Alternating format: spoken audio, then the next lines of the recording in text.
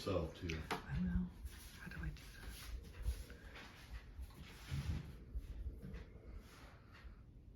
that? How do I reverse it? Just gotta turn around. You can't reverse that.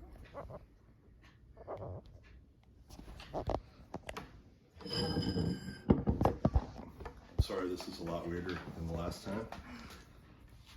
So, okay. About 7 or 8 years ago, I played in a summer softball game and I came home and I needed to get cleaned up, just like I always did. I went in the bathroom. There were some toys, of my daughter's bath toys in the tub. I needed to get those out. I bent over to pick them up. And as I stood up, I felt a pop in my left leg and a sharp stabbing pain that I'd never felt before. What it turned out, I would find out I had later on, would be an osteochondroma, which is a bone tumor on my left femur.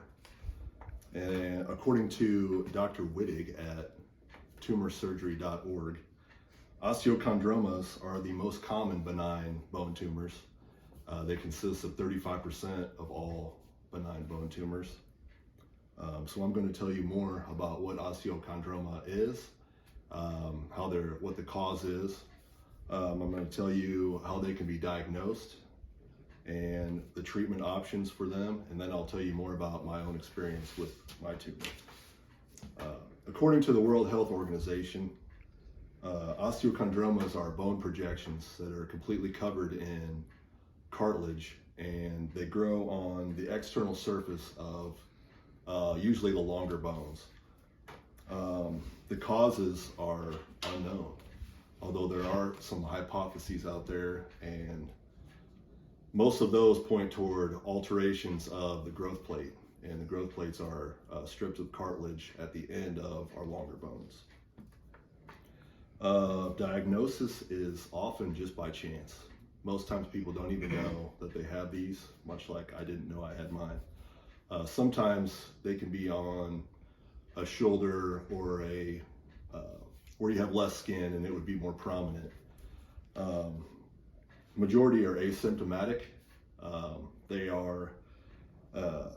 The symptoms would depend on the size and location of the tumor. So depending on that, you may experience pressure or pain against blood vessels or other soft tissue.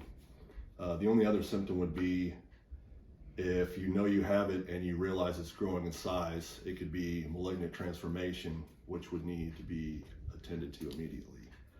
However, according to Dr. Wittig at tumorsurgery.org, the malignant transformation in solitary osteochondromas only occurs in less than 1% of all cases, thankfully. Treatment is typically just monitoring your tumor. Only in the most severe cases would they do surgery. And that would be if you had constant pain or any impingement, or if it was turning into a malignant transformation. My own experience is that I went ahead and went to bed that night, woke up in the morning, figured I'd reassess things, and I was in extreme pain and felt like my leg was blocked from taking steps. I tried to go about my business the best I could. That night, the inside of my whole leg was purple, and I thought maybe I had just torn a muscle. I decided to just let that heal on its own, and it did after about 8 weeks. Then unfortunately, about 9 months later, I felt that same pop again at work, the same pain, the same purple, and then finally I went to the doctor. Through the doctor and radiology, and then a trip to Iowa City Oncology at the university, it was determined that I did have an osteochondroma tumor the size of a Nerf ball at the top of my femur that I'd had it my whole life. These things grow as you grow, and then they stop growing when you stop growing. I had it my whole life and I didn't know. But your muscles continue to grow and shift, and that's what had happened to me, I guess. I was told that surgery was not out of the question.